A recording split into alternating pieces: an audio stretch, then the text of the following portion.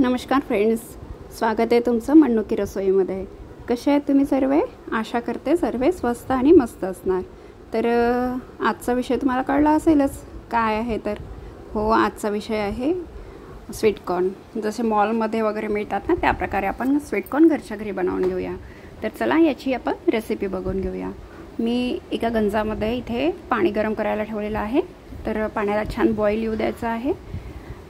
बघू शकता तुम्ही, आता छान पाण्याला आपल्या बॉईल आलेला आहे। आणि इथे मी मीठ सोबत टाकून घेतलेलं होतं पाण्यामध्ये, जेणेकरून आपले स्वीट कॉर्न जे आहे ते थोडे नमकीन पण होईल। तर इथे आपण थोडे थोडे करून पूर्ण स्वीट कॉर्न गंजामध्ये टाकून घेऊया त्याला बॉईल करायसाठी। तर याला 5 मिनिटं आपण बॉईल होऊ दिले आहे छान। आणि त्यानंतर आपण याला एका चाळणीमध्ये असे काढून आपण एका भांड्यामध्ये काढून घेऊया। बघू शकता, जर माझ्या चॅनलला सबस्क्राईब केलं नसेल तर प्लीज सबस्क्राईब करून घ्या आणि बनवून राहा। अशाच नवीन नवीन रेसिपीसोबत आपण भेटत राहूया। बनवून राहा मन्नू की रसोईमध्ये। आणि व्हिडिओ आवडत असेल तर लाईक शेअर करायला बिलकुल विसरू नका। तर आता या प्रोसिजर झाल्यानंतर आपण इथे काश्मीरी लाल मिरची टाकून घेऊया। मी इथे 1 चम्मच टाकलेला आहे, तुम्ही तुमच्या आवडीनुसार तिखट कमी जास्त करू शकता। आणि यानंतर मी इथे घेतलेलं आहे जिरेपूड आणि काळे मिरेपूड, ते दोन्ही पण मी इथे एकत्रच घेतलेलं आहे। एकत्रच बारीक करून घेतलेलं होतं। तर मी इथे अर्धा चम्मच मी हे पण टाकून घेतलेलं आहे, जिरेपूड आणि मिरेपूड।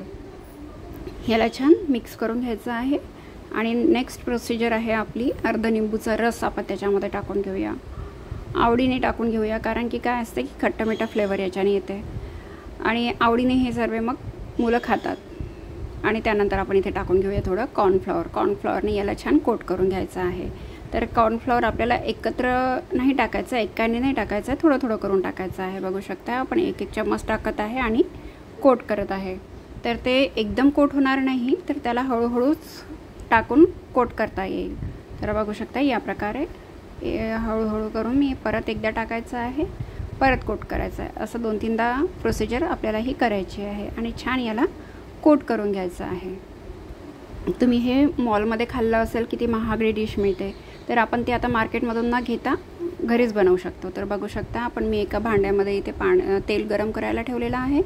तर चेक करून घ्यायचं आहे की तेल गरम झालं आहे का म्हणून। तर आपल्याला हाय फ्लेमवरच आपल्याला हे फ्राय करून घ्यायचे आहे, डीप फ्राय करून घ्यायचे आहे।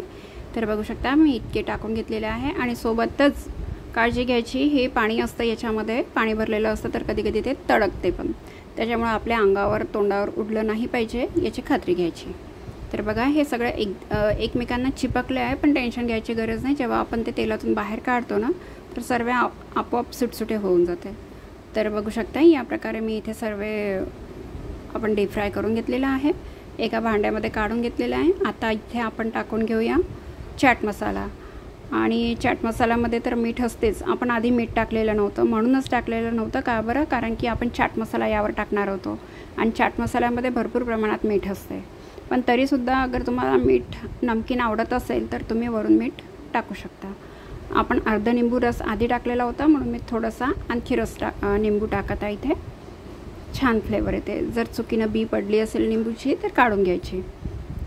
आणि शेवटी टाकायचं आहे आपल्याला बारीक चिरलेला सांबार। बघू शकता किती छान झालेला आहे।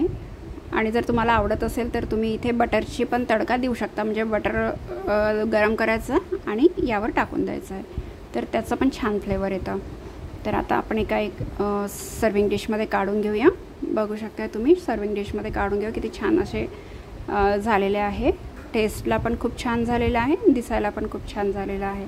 तसेच इथे आपण डिश तयार करून घेऊया। तुम्हाला आवडली असेल तर नक्की ट्राय करा आणि भेटूया नंतरच्या रेसिपीमध्ये। धन्यवाद।